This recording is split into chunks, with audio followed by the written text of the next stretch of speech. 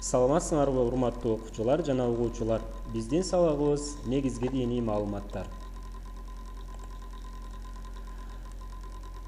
Темабыз исламда ыймандын шарттары, башкача айтканда ишеним негиздери. Мурунку сабагыбызда исламда ыймандын шарттары, акыретке ыйман келтирүү деген темага токтолгонбуз. Ал сабагыбызда акыретке ыйман келтирүү деген эмне? Эмне үчүн акыретке ыйман келтирүүбүз керек? Кыямат, махшар, мизан жана сырат көпүрөсү деген эмне? Акыретке ыйман келтирүүнүн кандай пайдалары бар деген суроолорубузга жооп алганбыз.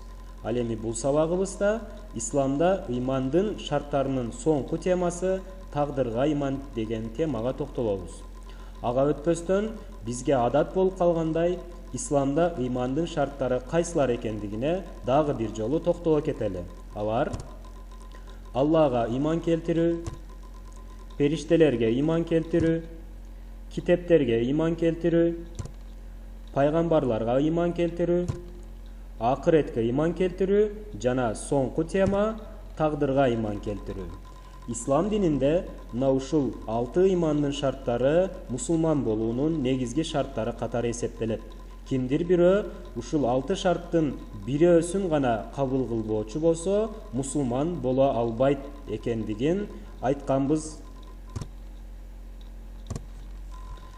Эми бүгүнкү негизги темабызга өтөлү. Тагдырга ыйман келтирүү.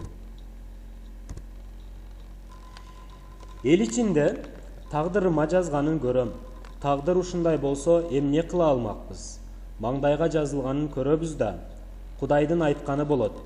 Кудай мени ушинтип жаратып койсо, эмне кыла алмакмын? Жана башка ушул маанидеги сөздөрдү көп эле угуп жүрөбүз. Чындыгында бул сөздөр канчалык деңгээлде туура же туура эмес? Бул сабагыбызда ушул маселелерге жооп издеп көрөлү. Анда кеттик. Оболу тагдыр жана каза деген эмне экендигине токтололу. Тагдыр сөздүктө бир нерсени белгилүү өлчөмдө белгилөө жана ишке ашыруу дегенди билдирет.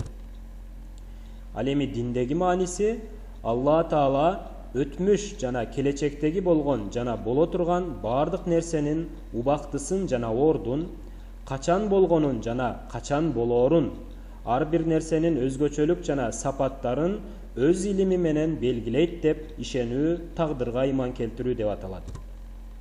Ал эми каза сөздүктө буйрук, өкүм, жаратуу жана ишке ашыруу деген маанилерге келет. Ал эми казанын диндеги мааниси Алланын тагдыр катары белгилеген нерселерин өз убагы келгенде өз учурунда ошондой жаратып ишке ашыруусу каза деп аталат.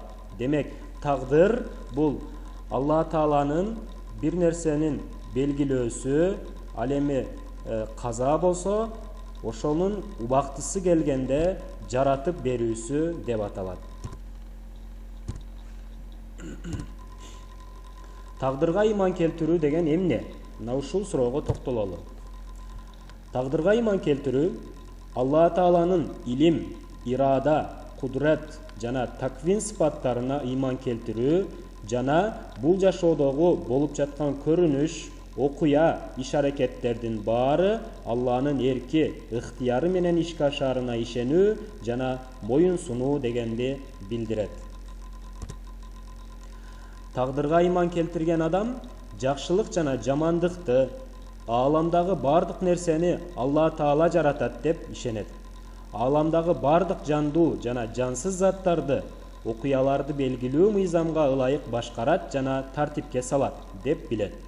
Бул боюнча Куранда биз бардык нерсени белгилүү бир мыйзамга ылайык жараттык деп айтылат. Демек, тагдырга ыйман келтирүү бардык иш-аракеттер, окуялар, жамандык жана жакшылык Алланын эрки менен ишке ашат деп ишенүү экен. Алла Таала адамды эң мыкты деңгээлде жараткан. Адамда башка жандыктар сыяктуу жаралат, карыйт жана күнү келгенде бул дүйнө менен кош айтышат. Бирок башка эч бир жандыкка берилбеген эки өзгөчөлүк адамга берилген. Алар акыл жана тандоо мүмкүнчүлүгү. Адамдан башка эч бир жандыкта бул экөө биргеликте жок. Мисалы, айбанаттарда, башка жан жаныбарларда акыл жана тандоо мүмкүнчүлүгү жок. Ал эми периштелер сыяктуу жандыктарда акыл бар, бирок тандоо мүмкүнчүлүгү жок. Ал эми бул эки өзгөчөлүк бир гана адамга берилген өзгөчөлүктөр. Адам акылдын жардамында жакшы менен жаманды, пайдалуу менен зыяндууну, туура менен туура эмести айырмалап биле алат. Ал эми тандоо мүмкүнчүлүгү менен акылы менен айырмалаган жолдун бирин тандайт. Адам тандоосунда эркин, ошондуктан да жоопко тартылат. Бул боюнча Куранда ким жакшы иштерди жасаса, ал өзү үчүн, ал эми ким жаман иштерди жасаса, өзүнө, эгең пенделерине зулумдук кылбайт деп айтылат. Адам акылы менен туура эмести айырмалап биле алат дедик. Эгерде акылы менен туура бир нерсенин туура экендигин аңдап жетчү болсо, тандоо мүмкүнчүлүгү менен ошону аткарат экендиги белгилүү.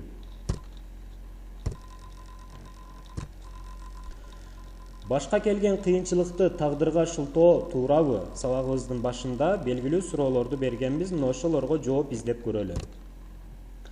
Акылдуу адамга гана жоопкерчилик жүктөлөрү ислам дининин негизги шарттарынын бири.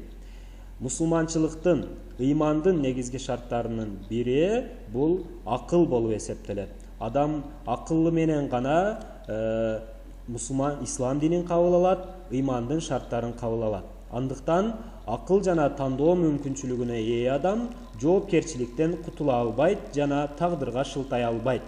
Бул боюнча Куранда башыңарга келген кайсыдыр бир кыйынчылыкка өзүңөр гана себеп болосуңар.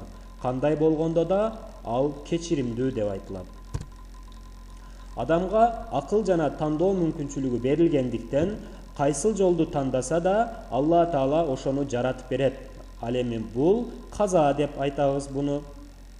Башта айттык го, тагдыр бул белгилөө деп айтат. Ал эми каза ошол нерсенин убактысы келгенде Алла Тааланын жаратып берүүсү. Эгерде адам акылы менен туура жолду тандап, тандоо мүмкүнчүлүгү менен ошол жолго кирүүнү тандай турган болсо, ошол жакшылыкты, туура жолдогу кыймыл аракеттерин Алла Таала өзүнүн кудурети менен жаратып берет.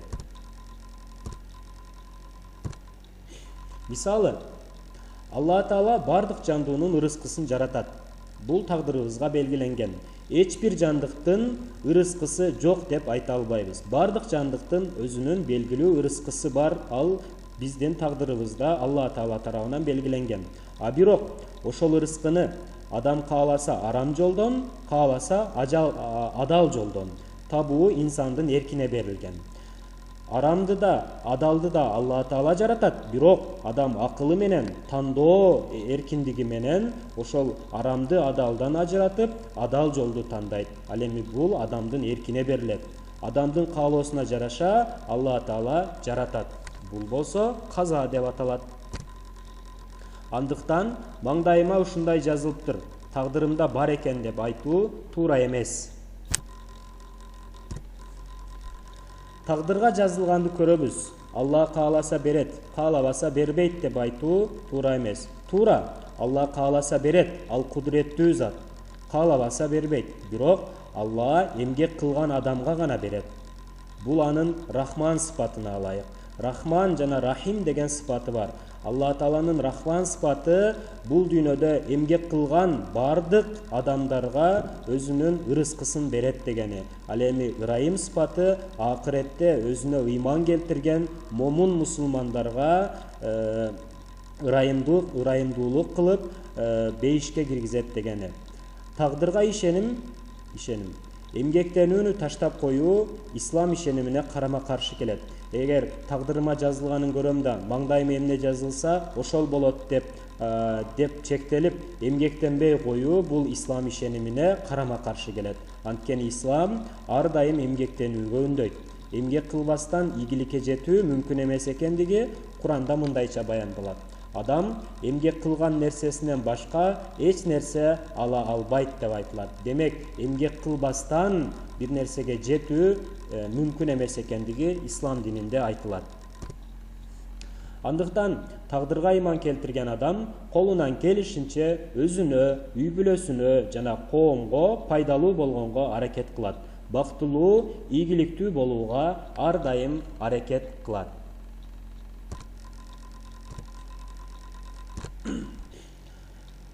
Тагдыр маселеси көтөрүлгөндө тобокел деген сөз дагы кошо айтылат. Тобокел деген эмне? Адам колунан келген аракетин кылып, бардык мүмкүнчүлүктөрүн колдонгондон кийин ишинин натыйжасын Аллага таштап, ага ишенүүсү керек. Бул болсо тобокел деп аталат. Алла Таала эмгек кылбастан тобокел кылууга тыюу салат. Бул боюнча Куранда иш маселесинде алар менен кеңеш: эгер чечим кабыл алган болсоң, Аллага тобокел кыл.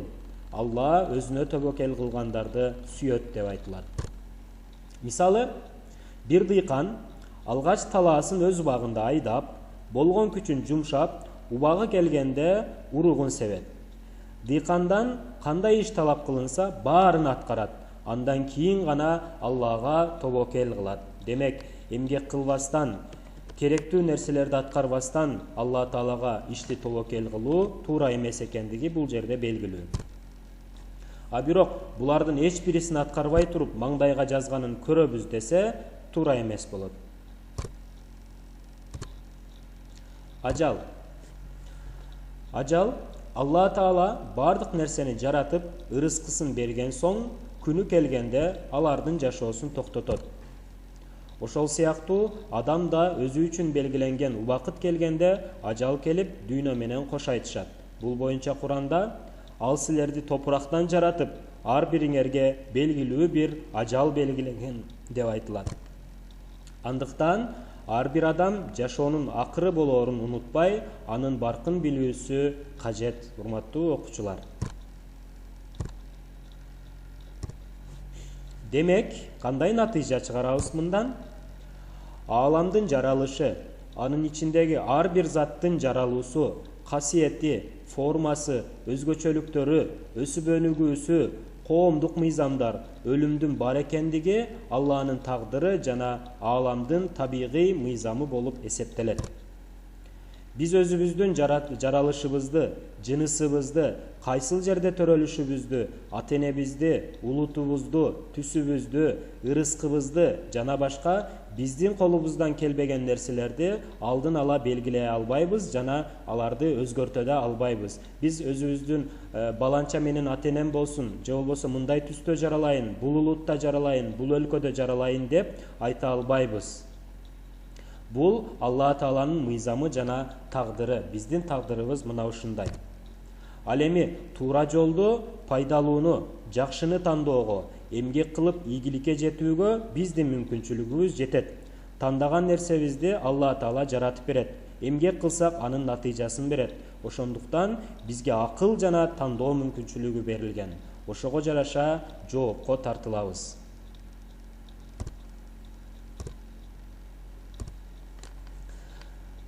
Эми тагдырга ыйман келтирүүнүн кандай пайдасы бар? Тагдырга ыйман келтирген адам жаратуучу тарабынан ага акыл жана тандоо мүмкүнчүлүгү берилгендигин билип, кылган ишинен жоопко тартылаарын билгендиктен ар дайым туура жолдон адашпайт. Ийгиликке жете албай калса же башына оор иш келсе, үмүтсүздүккө эч качан кабылбайт. Тагдырга ыйман келтирген адам жер бетиндеги бардык заттар максаттуу жаратылгандыгын билет. Ошого жараша эч бир нерсеге зыян бербейт. Ийгиликке жетүүнүн жолдорун издеп, ар дайым талыкпай эмгек кылат. Оор күндө сабыр кылганды, жакшы күндө шүгүр кылганды үйрөнөт. Тагдырга ыйман келтирген адам тагдырга ыйман адамга шык берип, эмгек кылган соң гана тобокел кылууга үйрөтөт жана башка тагдырга ишенүүнүн мына ушундай пайдалары бар. Демек бул сабагыбызда тагдыр жана каза эмне? Тагдырга ыйман келтирүү деген эмне? Бардык нерсени тагдырга шылтоо туурабы? Тагдырга кандай ишенүү керек? тобокел, ажал эмне деген суроолорубузга жооп алдык.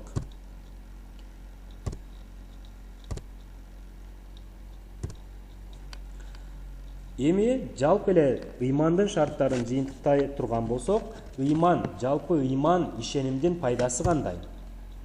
Аллага ыйман келтирген адам эч качан бирөөнүн акысын жебейт, жакшылыкка чакырып, жамандыктан кайтарат, жүрөгүн жаман сезимдерден тазалайт.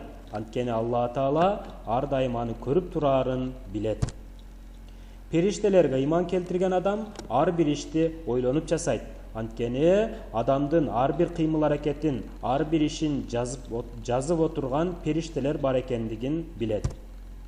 Пайгамбарларга ыйман келтирген адам анын жолунан, пайгамбарлардын жолунан эч качан адашпайт жана ар дайым аны өзүнө өрнөк алат.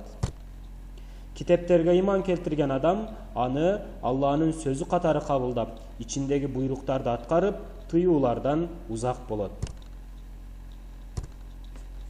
Акыретке ыйман келтирген адам ар бир ишинен жоопко тартылаарын билип, жаратуучу менен, адамдар менен жана табият менен ар дайым таттуу мамиледе болот.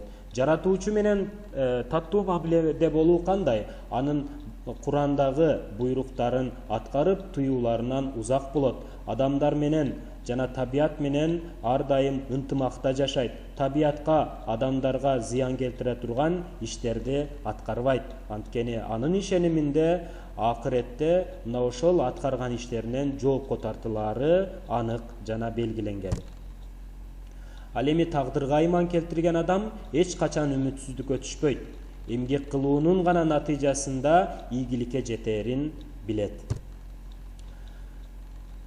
Демек, ыймансыз аткарылган эч бир иштин натыйжасы болбоорун билет.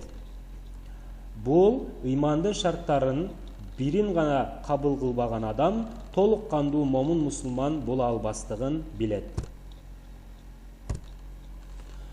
Урматтуу окуучулар жана угуучулар, ушуну менен исламда ыймандын шарттары деген темабызды жыйынтыктайбыз. Кийинки бөлүмдө исламда ибадаттар деген темаларга токтолобуз. Көңүл бургандыгыңыздар үчүн чоң рахмат, ар дайым ыйманыңыздар саламатта болсун.